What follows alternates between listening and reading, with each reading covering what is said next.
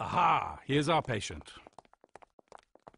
The patient has received all known antibiotic treatments to no effect. In conclusion, either he is not ill, or we have a new strain of microbes. Or this could even just be a case of resistance to antibiotics. Let me explain.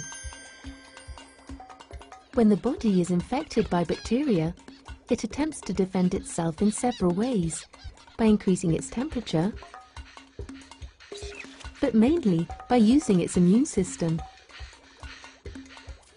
As soon as a foreign body enters the organism, it's detected straight away and alarm bells ring. Lots of white blood cells come along to identify the culprits and get rid of them.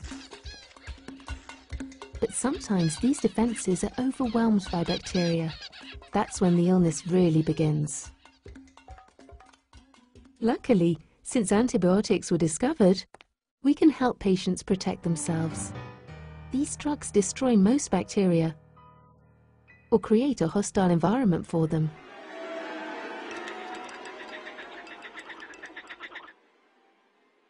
Antibiotics soon became a quick-fix solution. For the slightest scratch, a course of antibiotics. It was so effective in preventing infections from developing that the use of antibiotics increased. They became widely used to treat battery-farmed poultry and pigs.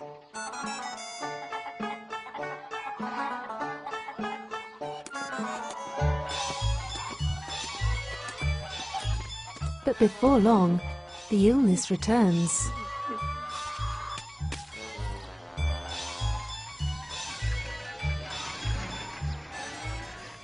And antibiotic treatments suddenly stop working. What happened?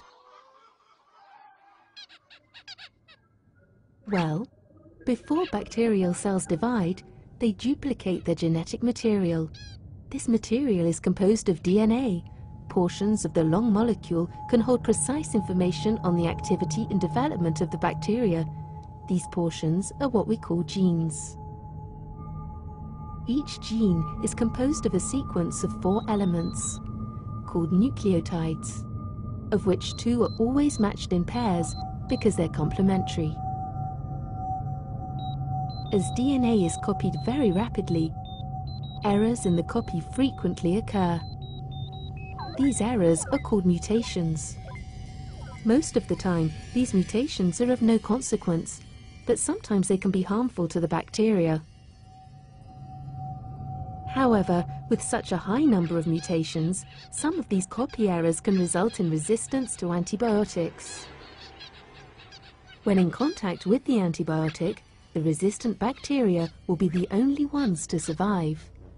In fact, the drug will have chosen the resistant strain. And then, since there is no longer any competition for food, the bacteria can multiply very fast. It's exactly like natural selection.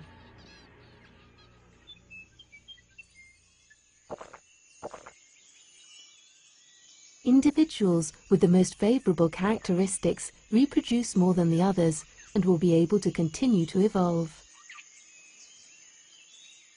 Indeed, with antibiotics, we are reproducing what nature did 4 billion years ago that led to the evolution of species. Well, miss, are you demonstrating here that the patient is suffering from acute Darwinitis? You could say that. Aha, that's exactly how I see it. Gentlemen, this case is very interesting. Let's move on to something else.